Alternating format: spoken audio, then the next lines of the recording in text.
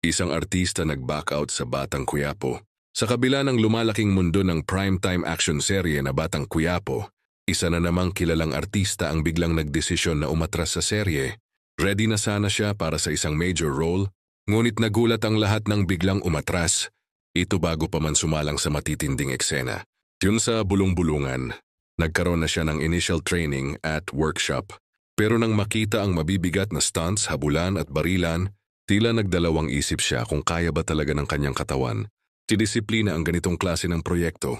Kaya bago pa man siya pumasok sa kamera, pinili niyang magsabi ng sorry, pass muna. Dagdag pa ng insiders, hindi daw ito sanay sa mga long hours ng taping at physical demands ng action serye. Mas komportable siya sa mga light drama, comedy, na mas hiyang sa kanyang personalidad.